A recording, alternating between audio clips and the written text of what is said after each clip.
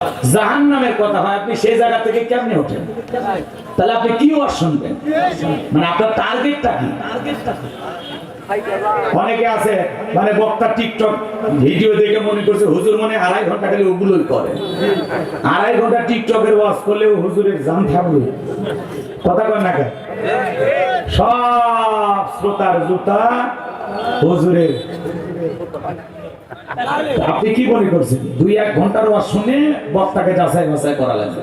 1-1.5 minute অপরাধী ও শুনে লাভ নাই।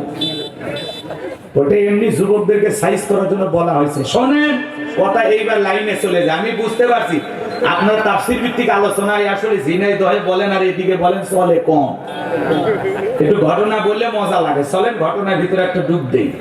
একটু শোন। না না না, এই ঘটনার পরিপ্রেক্ষিতেই বলতেছি, আবার ওই দিক থেকে না বলি। একটা কাহিনী বললে ভাল লাগবে, কথা বল ঠিক না? হ্যাঁ চলেন শোনেন। আল্লাহ জিরো থেকে কি বানায়? কথা বল, জিরো থেকে ভালো করে বুঝবেন বা জানবো। আমার পথে পড়ে থাকা মানুষকে আল্লাহ জিরো থেকে হিরো বানায়। আগে ছিল চায়ের দোকানদার, গুজরাটের কসাই, এখন আল্লাহ প্রধানমন্ত্রী বানায় দেয়। আর আল্লাহর ঘর বাবরি মসজিদ ভেঙে রাম মন্দির নির্মাণ করে জালেমেরা। ভালো করে বোঝার চেষ্টা করবেন। এক সময় তোমার কেউ ছিল না পাশে দাঁড়ানোর, আল্লাহকে ক্ষমতার চেয়ারে বসায় দিল, সে আল্লাহকে ভুলে গেলেন। কথা বল না, ভালো করে বোঝার চেষ্টা করবেন। আল্লাহ জিরো থেকে হিরো বানায়। এরকম একটা ভবপুরে যুবক ছিল, এর নাম ছিল কাবুস, বলখিয়া বলা হতো। কিপ্তিদের তরফ থেকে স্পেশাল নাম ছিল রামশিস। মিশরের বাদশা হওয়ার পর উপাধি নাম হলো ফেরাউন।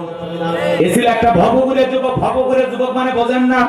যারা ইয়াবা ফেন্সিডিল গাঁজা মদ খায় কাসক ধাক্কা মারে ভাই ভাইজান সাইদ দেন। বউজিদের দরজা খোলে, ওমকের বাপ তুমি ঢোলকা, কয় মা তুমি বুঝবা না যে একটু বেশি পরিমাণে মাল খাসি।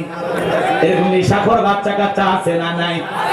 নেশাখোর মানুষ আছে না নাই?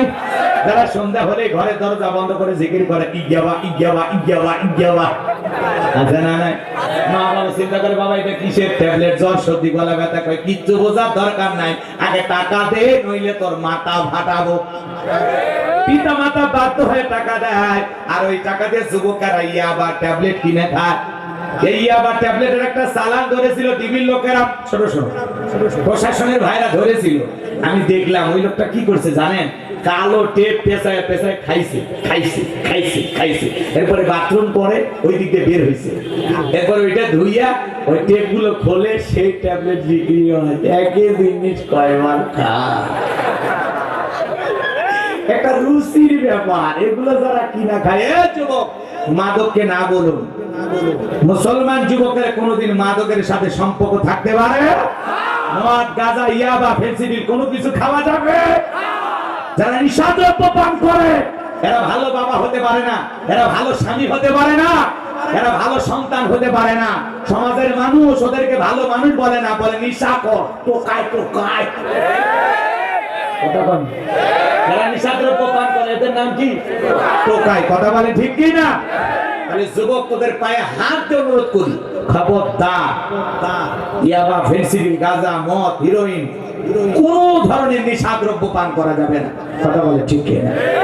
আল্লাহ যুবকদের হেদায়েত দান করুন, জোরে বলুন আমিন।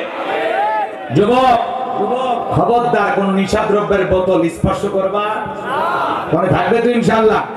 আল্লাহ আমার যুবকদেরকে খালিদিন ওলিদের মতো কবুল করেন, আরো জোরে বলেন আমিন। আমার ভাইরা, এই ফেরাউন ছিল ভবঘুরে যুবক, এলাকায় কোনো কাজকর্ম পাইল না। বাল্যকালের বন্ধু হামানকে নিয়ে মিশরে চলে গেল। মিশরে যাওয়ার পর সর্বপ্রথম হলো তরমুজের খেতের লেবার, এরপরে মিশরের সরকারি গোরস্থানের দারোয়ান লাগবে। হাজার হাজার মানুষ ইন্টারভিউ দেওয়ার জন্য লাইনের মধ্যে দাঁড়ায় গেছে। ওই কাবুস নামের ফেরাউনের লাইনের মধ্যে দাঁড়ায় গেছে। এবার একে একে যখন ফেরাউনের পালা, তখন দেখে বলে বাদশাহ বুক ভরা আশা নিয়ে ভিন দেশ থেকে আপনার কাছে এসেছি, দয়া করে চাকরিটা যদি আমারে দেন, সারা জীবন আপনার প্রতি কৃতজ্ঞ থাকবো। আর আমি যতটুকু জানি আপনার চাইতে ভালো মানুষ আর কেউ নাই। কথা আছে দুষ্ট লোকের মিষ্টি কথা, কি মিষ্টি মিষ্টি কথা বলবে, আবার সুযোগ পাইলে ওর সবচাইতে বড় ক্ষতি করবে। কথা বলেন ঠিক কিনা? এমন সমাজে আছে না নাই? আরো ধরে বলেন আছে না নাই? ভালো করে বোঝার চেষ্টা করবেন বাজান গো। আমার যে কথা বলতে চাচ্ছিলাম, বাদশার সামনে এমন ভাবে কথাগুলো উপস্থাপন করলেন, বাদশার মায়া লেগে গেল। দেখে বলে ইন্টারভিউ বন্ধ করো, এই গোরস্থানের দারোয়ানের চাকরি এই কাবুস নামের ছেলেটাকে দেওয়া হলো। এইবার মিশরে গোরস্থানের দারোয়ানের চাকরি পাওয়ার পর দেখে বলে তোমরা যারা এই গোরস্থানের ভিতরে লাশ দাফন করবার, লাশ প্রতি আমার একটা করে দিরহাম দেওয়া লাগবে। বাদশা তো মাসে মাসে বেতন দেয়, এই বেতন দিয়ে চলবে না, আলাদা সাইড ইনকাম করা দরকার, আছে না নাই? এইবার সে ষড়যন্ত্র করে বলতেছে শোনো, এই গোরস্থানের ভিতরে লাশ দাফন করতে হলে একটা করে দিরহাম আমার পকেটে দিতে হবে, না হলে আমি লাশ দাফন করতে দেব না। জনগণ চিন্তা করে একটা দিরহামের জন্য লাশ পয়সা গুলো শেষ হয়ে যাবে, অতএব একটা টাকা যদি পায় এই ছেলেটাই পাক। এই কথা ভেবে জনগণ একটা করে টাকা ফিরাউনকে দেওয়া শুরু করলো। 1 টাকা হলেও এইটাও কি ঘুষ? কথা বল না, বাংলাদেশে ঘুষ নাই আছে? আজকে বাংলাদেশের একজন মন্ত্রী, কথাটা শুনতে বড় ভালো লাগছে, ওই মসজিদের বরাদ্দের কাজে যারা ঘুষ দেয় সেই মসজিদে নামাজ পড়াও না যায়, হারাম। কি সুন্দর কথা,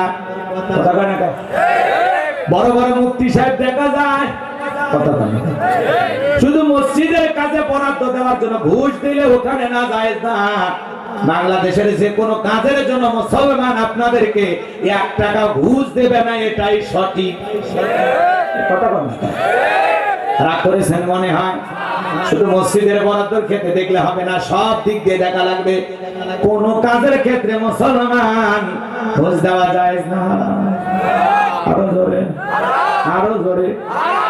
1 টাকা হলেও ওইটাও কি ঘুষ? বাংলাদেশে কিন্তু ঘুষ নাই, এটা অন্য দেশের কথা বলি, আছে না নাই?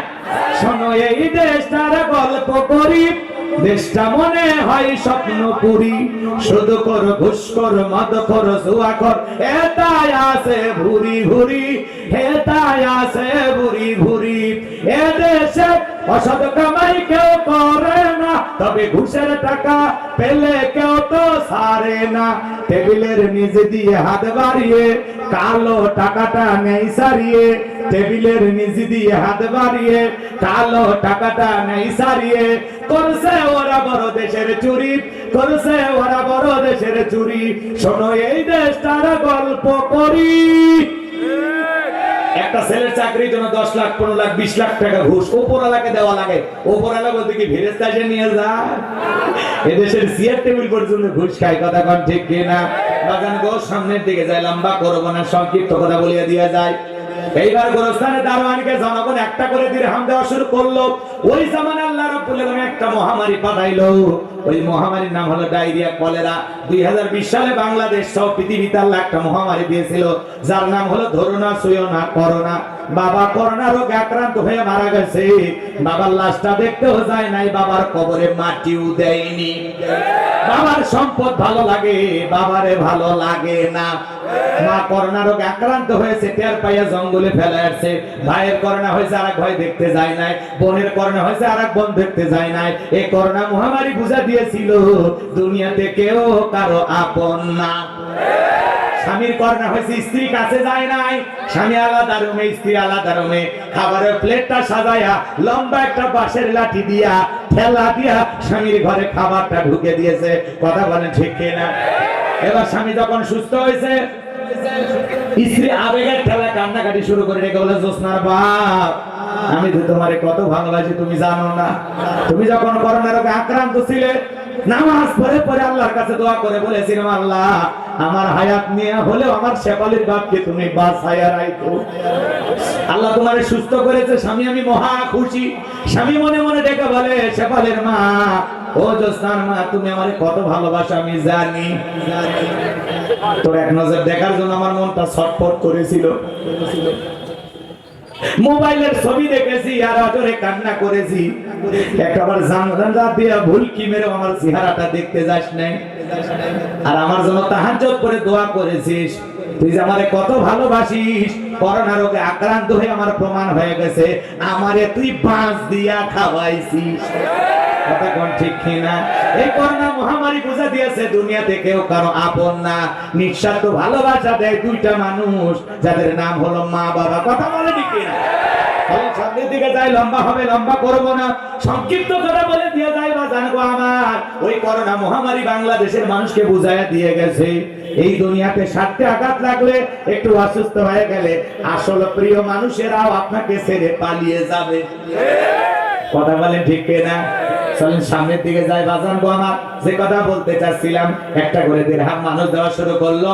ওই মহামারীতে হাজার হাজার মানুষ মারা গেল। তখন তো একটা ডাক্তার ছিল না, হাসপাতাল ছিল না, মহামারীতে মারা যায়, ওই গোরস্থানে লাশ দাপন হয়। লাশ দাপন হইতে হইতে অল্প সময়ের ব্যবধানে এত টাকার মালিক হয়ে গেল, টাকা রাখার কোনো জায়গায় নাই। বাদশাহ দরবারে চলে গেল, বাদশাহ আমার কাছে টাকা পয়সা হয়ে গেছে, এলাকায় যারা গরিব মানুষ খাজনা দিতে পারে না, যারা দুঃখী মানুষ খাইতে পারে না, আমি গোরস্থানে দারোয়ান, তাদের খাজনা পরিশোধ করে দিতে চাই। বাদশাহ ডেকে বলে, বাবা এ তো ভালো উদ্যোগ, তোমার মতো একটা ছেলে আমাদের দেশে দরকার, তবে সময় দিকে আসো, তুমি সব টাকাগুলো নিয়ে আসো, আর আগামী কালকে আমি খবর পাঠাইয়া দেব। হাজার হাজার মানুষ লাইন দিয়েছে গোরস্থানের দারোয়ান, এইবার গরিব মানুষদের খাজনা পরিশোধ করে দেয়, দুঃখী মানুষদের হাতে টাকা তুলে দেয়।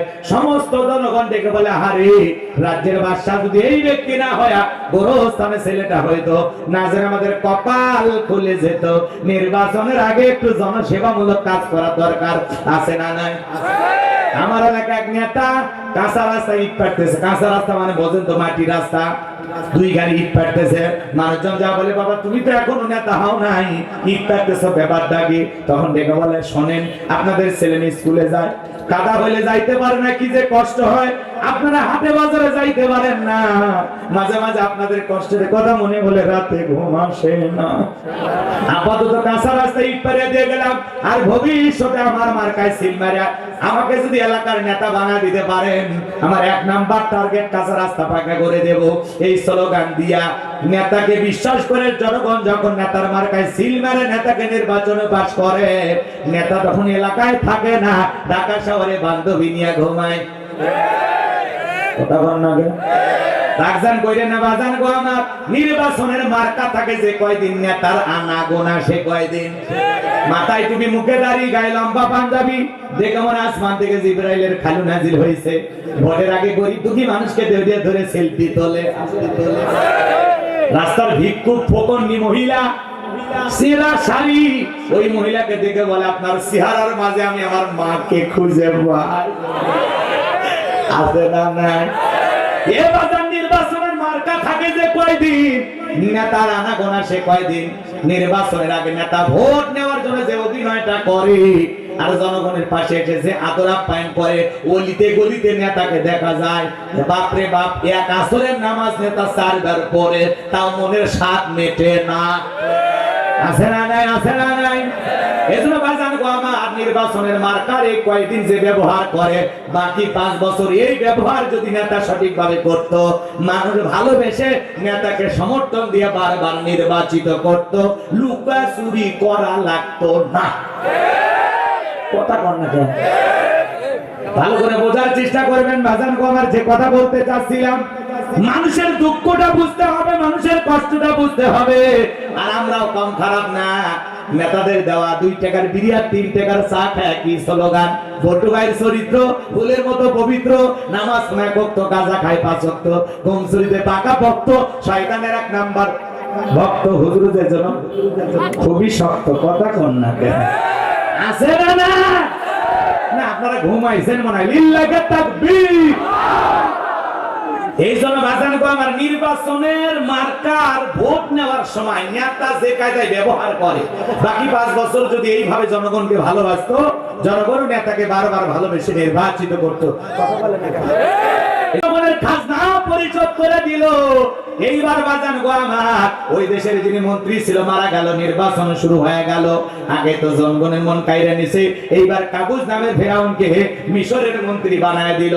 মিশরের মন্ত্রী হয়ে যাওয়ার পর ওই দেশের যিনি বাদশা ছিল, বার্ধক্যজনিত কারণে অল্প সময়ের ব্যবধানে বাদশা মারা গেল। এইবার ফেরাউন সমস্ত জনগণকে ডেকে বলে, শোনেন, বাদশা ছাড়া একটা দেশ চলতে পারে না, আপনারাই বলেন এই দেশের বাদশা হবে কি? সমস্ত জনগণ ডেকে বলে, আপনার চেয়ে ভালো মানুষ আর আমাদের জানা নাই, আপনি যদি মিশরের বাদশা হয়ে যান, আমাদের কারো কোনো আপত্তি নাই। এইবার জনগণের সমর্থন নিয়া, নেতাদের সমর্থন নিয়া এক চান্সে মিশরের বাদশা হয়ে গেল। বাদশাহীর সিংহাসনে বসার পর ফিরাউন রাতের বেলায় ঘুমাইতে চলে যায়, চোখে ঘুম আসে না, আজে বাজে স্বপ্ন দেখে লাফায় লাফায় ওঠে। কথা বলে গরিবদের কাল্লা দুইটা জিনিস স্পেশাল দিয়েছেন, একটা হলো খাওয়ার রুচি আর একটা ঘুম। আলু ভর্তা দিয়ে ভাত খাই, বউকে কোলে নিয়ে ঘুমাই। কথা বলে রেল স্টেশনে যায় দেখেন মাথা তলে ইট দিয়ে কি কায়দা নাক ডাকে, এমন কায়দা নাক ডাকতেছে মানে ট্রাকের ইঞ্জিন ফেল। কথা কোন ঠিক কি না? গরিবকে আল্লাহ তাআলা একটা ঘুম দিছে গো, যে জায়গায় কাজ হয় ওই জায়গায় ঘুম। কথা কোন ঠিক? আর ধনী ঘুমের 4টে ট্যাবলেট খায়, এরপরে ঘুমায় আসতে গেলে ঘুম আসে না। রাতে 2টার দিকে উঠে সিসি ক্যামেরার ফুটেজ দেখে কেউ ঢুকছে নাকি আর জানটা নেওয়ার জন্য। কারণ ওর বাড়ির প্রত্যেকটা ইট মানুষের প্রতি জুলুম করে, অত্যাচার করে, ঘুষ খাইয়া দুর্নীতি করে বানাইছে। এ কথা বলেন না কেন? এই তোমার টেনশন বেশি, ও ঘুমাইতে পারে না, না জানি কে কোন দিকটা ফুটে করে দেয়।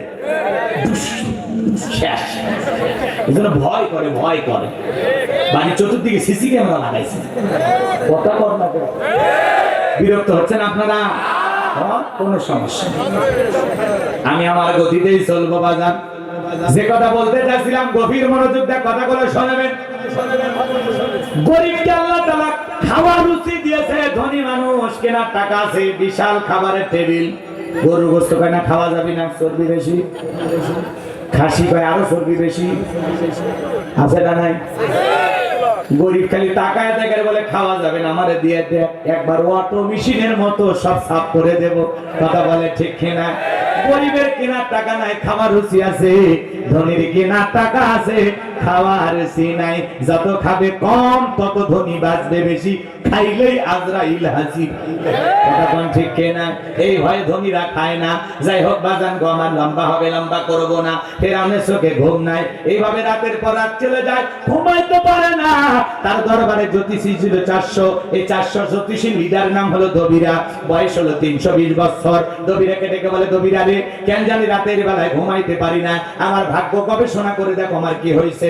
এইবার দবিরা ভাগ্য গবেষণা করে বলে, নেতা যদি আপনি ভাবুকুরে যুবক, সেখান থেকে তরমুজের ক্ষেতের লেবার, এরপরে মিশরে গোরস্থানের দারোয়ান, এরপরে মন্ত্রী, বর্তমান রানিং বাসা আঙ্গুল ফুলা কলার গাছ, কিন্তু আপনার ভবিষ্যৎ জীবনভর অন্ধকার। আগামী 3 মাসের মধ্যে বনি ইসরায়েল সম্প্রদায়ের ভিতরে মুসা নামের একটা ছেলে জন্মগ্রহণ করতেছে। ওই মুসার কারণে রাজত্ব পাওয়ার ক্ষমতা থাকবে না। নেতা রে, এমনকি আপনার জীবন যাওয়ার সম্ভাবনাও দেখা যায়। এই কথা শোনার পর ফিরাউনের মাথা ঠান্ডা না গরম? খালি গরম মানে ছিলাম কই আসলাম কই, না জানি ভবিষ্যতে আরো কত কিছু হয়। মুসা আসবে আর আমার ক্ষমতার জীবনের 12টা বাজাবে, এটা মেনে নেওয়া যায় না। যদি দবিরা বলতো মুসা আসবে, খানকা বানাবে, বৈশা বৈশা জিকিরি করবে, তাহলে কিন্তু রাগ করতো না। আজকে সমাজের দিকে তাকায় দেখেন, যারা খানকানে বৈশা বৈশা জিকিরি করতেছে, লাফালাফি করতেছে, ওদেরকে কেউ কিন্তু টার্গেট করে না। আছে না নাই? খানকায় বসে লাফালাফি করতেছে, ডুবি তবলা বাজার গান গায়। দেখেননি কই পানির ভিতর জ্বললে বাতি ঝড় বাতাসেও নেবে না, ল্যাংটা বাবার মুরিদ হইলে নামাজ রোজা লাগে না। যে পিসাই বলবে নামাজ রোজা লাগবে না, পীর না টাটকা শয়তান। তাই সিজদার মধ্যে একটা সিজদা দিবি, জান্নাত পার হয়ে জাহান্নামে পড়ে যাবি। ভণ্ড আছে না নাই? এ জোরে বলেন আছে না নাই? আমার ভাইয়েরা ভালো করে বোঝার চেষ্টা করবেন। ভণ্ড পীরদেরকে নিয়ে আজকে আমি আলোচনা করব না। হক্কানি আল্লাহওয়ালাদের কাছে যাইতে কোনো বাধা নাই। পীর ছিল শাহজালাল, খানকায় পীর, রাজপথে পীর, নারায়ে তাকবীর হুঙ্কার দিয়েছেন, গৌর গোবিন্দ পালাইতে বাধ্য হয়েছিল। আর এখন পীর না ডিজিটাল ক্ষীর, মাথার চুলে জট, হাতে গাঞ্জার পট, পুরোটা শরীর ল্যাংটা, কাপড় নাই, নাম দিয়েছে ল্যাংটা বাবা। আর মানুষ স্লোগান দেয়, সবকিছু সারিয়া তোরা বাবার চরণধর, আয়না বসাই গেছে তোর কলবের ভিতর বাবারে। আছে না নাই ভণ্ড? গাঁজা খায়া মুজদারি মানে এমন কায়দা লাল করছে, টস লাইট মানে মুখ কই খুঁজে পাবেন না। আজকে মাজার গুলো গাঁজা খাওয়ার নিরাপদ জায়গা, গাঁজার কলকিতে টান মারে এমন ধোঁয়া ছাড়ে, বাইরে থেকে প্রশাসনের লোকেরা দাঁড়ায় দেখে আর বলে মনে হয় ওরসে রান্না চলতেছে। কথা কোন ঠিক না? এরকম ভক্ত আছে না নাই? বগলের চুলতে বেরি বাড়ি হয়েছে, আর সুন্দরবনে বসলে বান্দরবনে কি অবস্থা? 30-40 বছর গোসল করে না, নাম দিয়েছে সাধু বাবা। ওই পানি জমিনে পড়ার আগে মুড়িদেরা খায় বরকতের আশায়। সি সি, একটা রুচির ব্যাপার। কথা কর না কেন? দরবার যায় তো গান গায়, শোনেননি?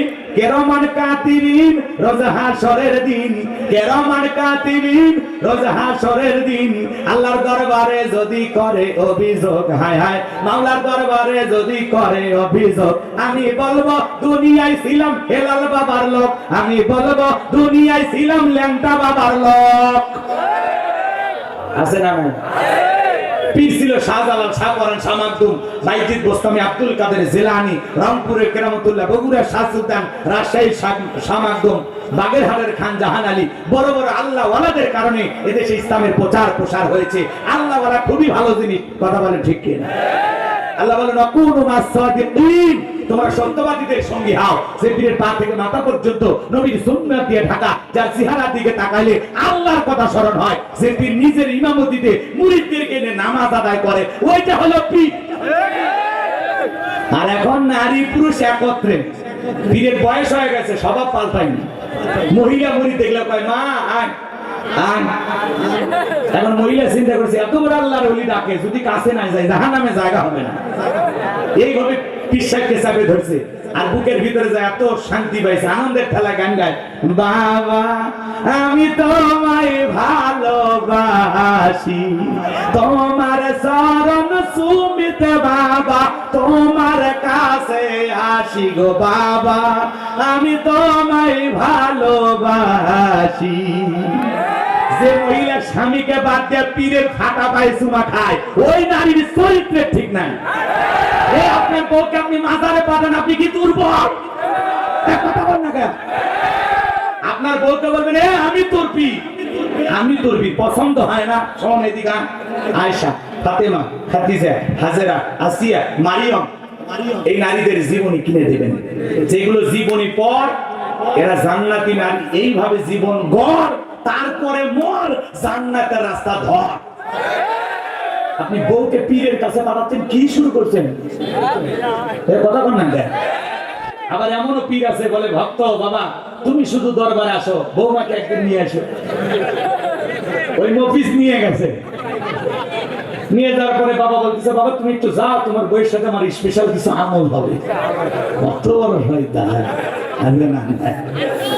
আমার ভাইয়েরা, আমি নিজের চোখে দেখেছি এক জায়গায় দাবের গাছে ইট ঝুলে রাখছে। আমি তখন বললাম ইট ঝুলে রাখার কারণ কি? হুজুর বোঝেন না, যে মহিলা নিয়ত করে ইট ঝুলে রাখলো, ইটটা যেমন ভারী, কিছুদিন পরে ওই মহিলার পেটও ভারী হবে। আমি তখন বললাম ভাই যে সমস্ত মাগদের বিয়ে হয়নি, ওরা যদি ঝোলায় রাখে ওদের পেটও কি ভারী হবে? আছে না ভাই, আছে না? মহিলারা পাগল রে ভাই। যাই হোক, ওদিকে আর যাবো না, কষ্ট পাচ্ছেন আপনারা। আজকে দেখবেন লেখা আছে পীর সাহেবের দরবারে ওরস শরীফ দোয়া মাহফিল। কি লেখা আছে? ওরস শরীফ দোয়া মাহফিল। ওই জায়গায় যা দেখবেন গানের শিল্পী উদাসীন শারমিন হাজির। কথা কেন? একটা ঝুনঝুনি হাতে নেয় আর গান গাইছে, তালা খুলা দে বাচ্চা ভাই, তালা খুলা দে, রহমতেরই চাবি দিয়া তালা খুলা দে দে দে। এত রাতে কিসের তালা খুলবার? কয়টা দোকান? কথা কর না কেন? এরকম ভণ্ড আছে না? হাই রে পাগলি, এই পাগলি গুলো যায় ওরস শরীফ দোয়া মাহফিল, পীরের মাজার, সেই জায়গায় গান গায়। আছে না নাই? তাই আমি পাগল দিওয়ানা হয়েছি, মুর্শিদের প্রেমে পড়েছি। আছে না? হ্যাঁ, জাগতিকার বলবো না, রাগ করছেন মনে হয়। একটু ভণ্ড পীরদেরকে সাইজ করলে মন খারাপ করছেন নাকি আপনারা? তাহলে ভণ্ড পীর যেখানে, হক্কানি আল্লাহওয়ালা যেখানে, আল্লাহ রাব্বুল আলামিন আমাদের সবাইকে হকের পক্ষে থাকার তৌফিক দান করেন। জোরে বলেন আমিন। কোন ভণ্ড পীরের মাজারে যাব না, আল্লাহ বোঝার তৌফিক দান করেন। জোরে বলেন আমিন। আমার ভাইয়েরা, দবিরা যদি বলতো মুসাদ্দেক খানকা বানাবে, বৈশা বৈশা জিকির করবে, ফেরাউন পারলে সরকারি খরচে খানকা বানায় দিত, কথা কোন ঠিক কিনা? আজও পৃথিবীর জমিনের দিকে তাকায় দেখেন, যারা খানকা নিয়ে বসে আছে সুবিধাবাদ জিন্দাবাদ, পৃথিবী উল্টে যায়, কোনো কিছু বলে না, ওদেরকে কেউ টার্গেট করে না। যারা আল্লাহর জমিনে আল্লাহর দ্বীনকে প্রতিষ্ঠিত করতে চায়, কোরআনের সমাজ কায়েম করতে চায়, কোরআনের রাষ্ট্র কায়েম করতে চায়, ওদেরকে টার্গেট করে করে ভিতরে ঢুকানো হয়। এখন উচিত কথা যদি কই, পিঠের উপর দিয়া যাবি মই, এই আনন্দ কিছু লোক কিনে খাবে বগুড়ার স্পেশাল দই। সত্য কথা বলতে হলে যেতে হবে কারাগারে, এমন আতঙ্ক আজ বাংলার ঘরে ঘরে। তবুও সত্য বলতে চাই, দুনিয়ার জালেমদের করি না ভয়, আমি ইসলামের দুশমনদের করি না ভয়। আল্লাহর কোরআনের কথা, আল্লাহর কোরআনের পথে চলতে প্রয়োজন যদি হয়, বিবির কাছ থেকে বিদায় নিয়ে মাথায় কাপড়ের কাপড় বেঁধে আল্লাহর জমিনে আল্লাহ দ্বীনকে প্রতিষ্ঠিত করার জন্য কারা কারা প্রস্তুত, তুই হাত তুলে দেখা।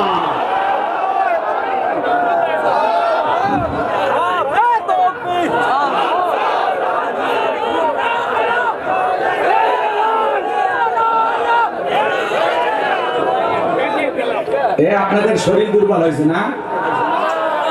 একটা তাকবীর দেন, লিল্লাহে তাকবীর। এতগুলো মানুষ আওয়াজ এত দুর্বল কেন? লিল্লাহে তাকবীর। ভাইরা আমার, আপনি সুবহানাল্লাহ আলহামদুলিল্লাহ বলবেন, শয়তান আপনার কাছে বসে থাকবে। যখনই বলবেন আল্লাহু আকবার, শয়তান লঙ্গি পরার টাইম পাবে না। এইজন্য আল্লাহু আকবারের স্লোগান মুসলমান জায়গায় ওঠা লাগবে। একটা স্লোগান অনেক বড় বিজয় আপনাকে এনে দিতে পারে, কথা বলে ঠিক কি না? একটু স্লোগান দেবেন, ভয় পান কেন? কলিজে ফাটে বলবেন নারায়ে তাকবীর। আপনার আওয়াজে যেন বাতিল বোঝে না। বাবা, দেশে ইসলামের বিরুদ্ধে কোনো কিছু করা যাবে না, শরীফ থেকে শরীফা চলবে না, কথা কম। আপনার আওয়াজে বুঝা লাগবে আমরা ইমানটা। হিজড়াদেরকে নিয়ে কোনো আপত্তি নাই, কিন্তু সমকামিতাকে প্রমোট করা হবে এমন শিক্ষা ব্যবস্থা বাংলার জমিনে বাস্তবায়ন করতে দেওয়া হবে না। আজকে মাদ্রাসার বইগুলোতে পর্যন্ত হারমোনিয়াম, গিটার, নারীদের হিজাব ছাড়া ছবি দেওয়া হয়েছে, কথা বলেন ঠিক কিনা? এই জন্য যদি জেগে না ওঠেন, আরো যে ভবিষ্যতে কত আধার নামবে আপনি কল্পনা করতে পারবেন না। কোরআনের ময়না পাখি বিদায় নিয়েছেন, তিনি বলেছিলেন আমি বাংলাদেশের উত্তর গগনে কালো মেঘের ছায়া দেখতেছি, কথা বলেন না কেন? এই ঝড় যদি তোমরা মোকাবেলা না করতে পারো, এমন আধার নেমে আসবে, এমন রাত্রি নেমে আসবে, যার সুবে সাথে খাওয়া অনেক কঠিন হবে। তেনারা তো আল্লাহওয়ালা, ওনাদের কথা আজকে আমরা মিল পাচ্ছি, কথা বলেন ঠিক কিনা? আমার ভাইয়েরা এই জন্য জাগতে হবে। ইসলামের বিরুদ্ধে, কোরআনের বিরুদ্ধে একটি আইন বাংলার জমিনে বাস্তবায়ন করবে, এরকম সাহস আমরা কাউকে বেশি দেব না। আমরা লড়াই করব, কথা বলেন ঠিক কিনা? স্বরাষ্ট্রমন্ত্রী বলেছেন আমরা বারবার আলেমদের কাছে ওয়াদা দিয়েছি, বাংলাদেশে ইসলামের বিরুদ্ধে কোনো আইন, ধর্মীয় অনুভূতিতে আঘাত আসে এমন কোন আইন বাস্তবায়ন আমরা করব না। স্বরাষ্ট্রমন্ত্রী আসাদুজ্জামান খান সাহেবকে ধন্যবাদ জানাই। এই কথার উপরে আপনারা ইস্তেকামাত থাকবেন, এই কথার উপরে ঠিক থাকবেন, কারণ আর যাই হোক বাংলাদেশে ইসলামের বিরুদ্ধে কোনো কিছু হবে এটা আমরা কল্পনাও করতে পারি না, কথা বলেন ঠিক কি না? দেশে কে ক্ষমতায় আছে সেটা আমাদের মূল বিষয় নাই, আমরা শুধু দেখব ইসলাম যেন নিরাপদে থাকে, কথা বলেন ঠিক কি না? ইসলামের বিরুদ্ধে, আল্লাহর কোরআন এবং সুন্নাহর বিরুদ্ধে কোন নিয়ম নীতি বাংলার জমিনে আমরা বাস্তবায়ন করতে দেব না, কথা বলেন ঠিক কি না? মুসলমানদের প্রতিবাদে শরীফ থেকে শরীফা গল্প কিন্তু চলে গেছে, যে গুডম্যান, আল্লাহর এই বান্দাকে আমি বর্তমান জামানার সুপারম্যান বলি, এই যে আমাদের আসিফ স্যার, এগুলো হলো মানুষ, এরা হলো সত্যিকারী শিক্ষক, কথা বলে ঠিক কিনা? গুড টিচার, কথা বলে ঠিক কিনা? আল্লাহর গোলামের জন্য বুক ভরা দোয়ার ভালোবাসা থাকবে। ব্র্যাক কর্তৃপক্ষ, ব্র্যাক বিশ্ববিদ্যালয় আসিফ স্যারকে না বলেছেন, রিজেকের মালিক কিন্তু আল্লাহ।